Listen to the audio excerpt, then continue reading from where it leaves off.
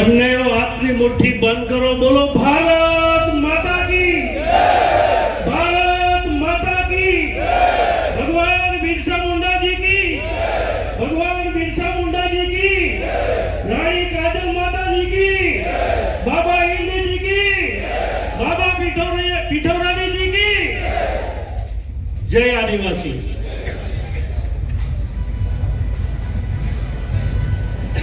આપણી સામે બેઠેલા વિવિધ સંપ્રદાયના તમામ સંતોશ્રીઓ અને જેમનું તમે ભવ્ય રીતે આવતાની સાથે પણ સ્વાગત કર્યું છે ને હજુ પણ કેટલાક લોકો કરવાના છે, એવા બંને ખાસ કરીને વર્ષો સુધી સરકારમાં પણ કામ કર્યું છે અને સંગઠનમાં પણ કામ કર્યું છે એવા આદરણીય આપણા અત્યારે જેમની નિયુક્તિ થઈ છે એવા પૂરા આદિવાસી પટ્ટાની અંદર એક આદિવાસી મોરચાના એક જવાબદાર વ્યક્તિ તરીકે અને પ્રમુખ તરીકે જ્યારે જવાબદારી સંભાળીને આપણી વચ્ચે આવ્યા છે એવા ભાઈશ્રી ગણપતભાઈ વસાવાજી। તમે એક વિચાર કરો, પ્રદેશની ટીમ, વિશ્વની સૌથી મોટી પાર્ટી, અને એમાં પ્રદેશની ટીમમાં જેમને ઉપાધ્યક્ષ તરીકે પસંદગી થાય અને એ પણ એક આ છોટા ઉદેપુરની દીકરી અને બેન એવા ગીતાબેન રાઠવાજી, આ ગર્વ લેવું પડે ભાઈ। અમારા જિલ્લા અધ્યક્ષ ભાઈ શ્રી ઉમેશભાઈ, અમારા આ જિલ્લાના પ્રભારી ભાઈ શ્રી રમેશભાઈ ઉકાણી, લોકપ્રિય સંસદ સભ્ય ભાઈ શ્રી જસુભાઈ રાઠવાજી, જિલ્લા પંચાયતના પ્રમુખ મલકાબેન, ધારાસભ્ય શ્રી જયંતિભાઈ, અભયસિંહભાઈ, રાજેન્દ્રભાઈ અને વર્ષો સુધી જેમણે સેવા કરેલી છે એવા પૂર્વ આપણા રેલ મંત્રી ભાઈ શ્રી નારાયણભાઈ રાઠવાજી, અમારા અભયસિંહભાઈ મેડા, આમ તો હું બધાના જ નામ લઈ શકું પણ મને માફ કરજો, મંચ પર ઉપસ્થિત સર્વે આગેવાનો, ખૂબ મોટી સંખ્યામાં ઉપસ્થિત વડીલો, ભાઈઓ બહેનો, યુવાન મિત્રો, ઇલેક્ટ્રોનિક મીડિયાના મિત્રો, પત્રકાર મિત્રો, મને એવું થયું કે રાઠવામાં મારે કઈ કેમ છો બોલવું હોય તો શું બોલવાનું, એવું મેં પૂછતો હતો ઉમેશભાઈને, તો કેવું વારલા કે બધા આવું જ છે ને। ભાઈઓ બહેનો, આજે વક્તા વધારે હતા, સમય પણ ઘણો થયો છે, પણ તેમ છતાં હું બહુ જ ટૂંકમાં જે મારી વાત જે મૂકવાની છે હું ચોક્કસ રીતે મૂકવાનો છું। એટલા માટે ભાઈઓ બહેનો, મારા તમામ ધારાસભ્યશ્રીઓએ, અમારા એમપી, અમારા ગીતાબેન, ગણપતભાઈ, મને લાગે ત્યાં સુધી મોટાભાગની વાત કરી છે। હું ખાલી આ છોટા ઉદયપુરના તમામ લોકોને એટલી વિનંતી કરવા આવ્યો છું કે ભારતીય જનતા પાર્ટી એ વિકાસની રાજનીતિ સાથે હર હંમેશ લોકોને વચ્ચે રહી છે। એટલા માટે મને નવાઈ લાગી કે કેટલાક આદિવાસી સમાજના મસીહાઓ થઈને અહીંયા આવે છે, ત્યારે મને નવાઈ લાગે છે કે વર્ષો સુધી ગણપતભાઈએ કામ કર્યું છે સરકારમાં, પણ આજે હું પણ કેબિનેટ મંત્રી તરીકે કામ કરું છું। અહીંયા નારાયણભાઈ રાઠવા, જસુભાઈ રાઠવા, ગીતાબેન રાઠવા, અભયસિંહભાઈ, જયંતિભાઈ રાઠવા, રાજેન્દ્રભાઈ રાઠવા, અમે કોઈ મસીહા નથી।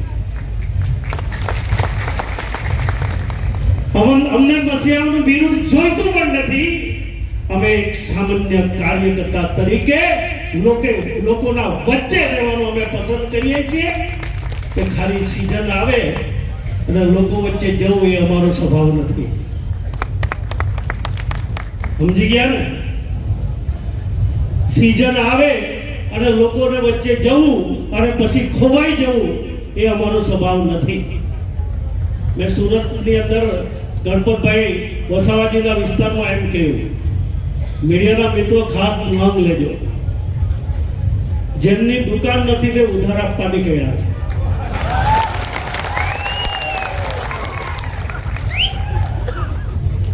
એમાંથી સમજી જાઓ ને. અને ગણપતભાઈ દિલ્હીને યાદ કરાવ્યું એટલે મેં બોલી જાઉં, ત્યાં દુકાનો બંધ થઈ ગઈ છે.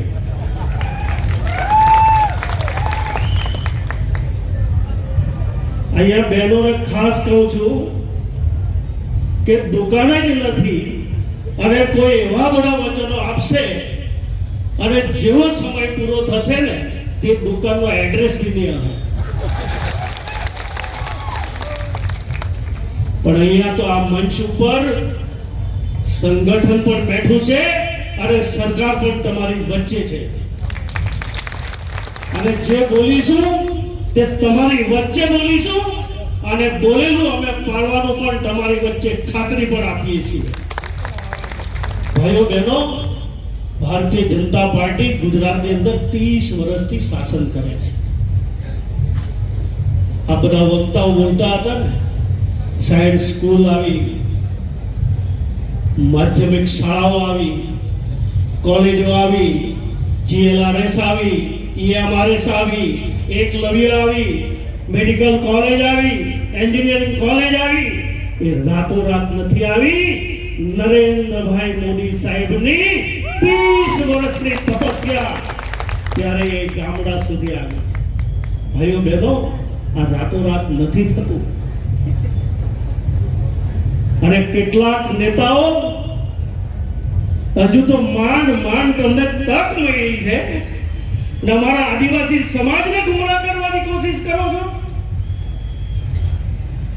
ક્યાં સુધી તમે ગેરમાર્ગે દોરશો? ભાઈઓ બહેનો, કુવામાં એ તો અવાડામાં આવે.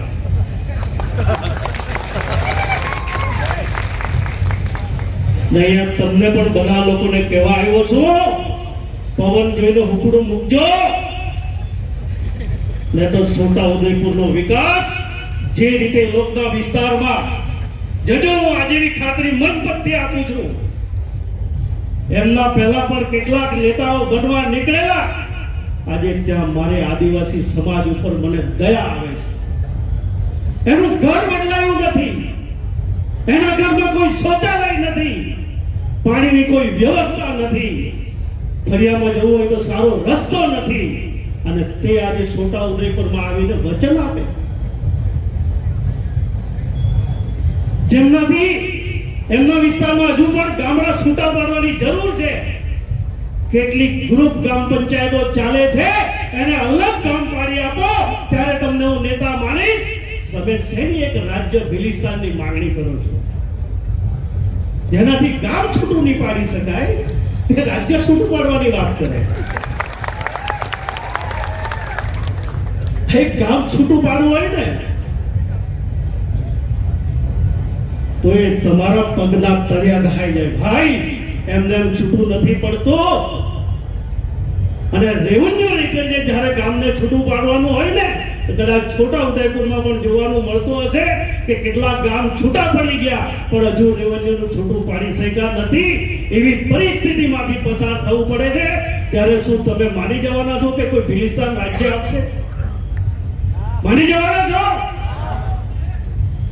આ તો આદિવાસીઓના ભાગલા પાડવાની નીતિ છે. શેના માટે અમારા આદિવાસીઓને છૂટા પાડવાની વાત કરો છો? માન અમે અત્યારે ઠેકાણે પડી રહ્યા છે. જય આદિવાસીના નારા સાથે અમે ગુજરાતના આદિવાસી પટ્ટાનો વિકાસ કરવા જઈ રહ્યા છે. ખાલી જય આદિવાસી, જય આદિવાસી, જય આદિવાસી વ્યથા ખાલી રહીને કોઈની પરિસ્થિતિમાં સુધાર નથી આવતો. આ તો વ્યથા પણ છે અને વ્યવસ્થા પણ છે એ હું છોટાઉદેપુરના લોકોને ખાતરી આપું છું. એ ખાલી વ્યથા નહીં ચાલે ભાઈ, વ્યવસ્થા કરવી પડે. મારી બહેનો અહીંયા બેઠી છે. આજથી 30 વર્ષ પહેલા આ છોટાઉદેપુરની માં દીકરીની કોઈ ડિલિવરી થવાની હોય ને, ક્યાં થતી હતી ખાલી યાદ કરજો. અને આજે ગર્વ સાથે કહી શકું છું કે આવાસમાં રહેતી દીકરીને પણ 30 લાખની ઘરે ગાડી લેવા આવે છે, હોસ્પિટલમાં ડિલિવરી કરાવીએ છીએ અને ઘર સુધી મૂકવા આવીએ છીએ. એ અમારી વ્યવસ્થા છે. છોટાઉદેપુરનો અંત્યોદય ભૂખે નહીં મરે એની ચિંતા કરી છે. એની આટાડીને ઠારવાનું કામ કર્યું છે. એને મફત અનાજ કેમ મળે એની ચિંતા કરી છે. ગરીબ આવાસમાં ચૂલો મળે, બાટલો મળે એની ચિંતા કરી છે. ગરીબ ઘરને એક આવાસ મળે, શૌચાલય મળે. આ કોઈ મોટી મોટી મારે વાત નથી કરવી, મારે કોઈ હાઈવેની વાત નથી કરવી, પણ મૂળભૂત જે અમારા આદિવાસીઓની જરૂરિયાત છે, એને શિક્ષણ જોઈએ, એને આરોગ્ય જોઈએ. ભાઈઓ બહેનો, આયુષ્યમાન કાર્ડ એમને એમ નથી આવ્યો. આજે હજારો લોકોના કોઈના જીવ બચતા હોય ને તો આ નરેન્દ્રભાઈ મોદી સાહેબની દુનિયાની સૌથી મોટી યોજના આયુષ્યમાન કાર્ડ. એટલે અમે ગર્વ સાથે કહી શકીએ છીએ અમે કંઈ કર્યું છે, અમે બોલ્યા પાડ્યું છે. અમે એમને એમ વાત નથી કરતા. હું આજે છોટાઉદેપુરના લોકોને કહેવા આવ્યો છું. મેં આજથી 2 દિવસ પહેલા મુખ્યમંત્રીશ્રીને મળ્યો. સાહેબ, મારે છોટાઉદેપુર જવું છે ગણપતભાઈ સાહેબ સાથે.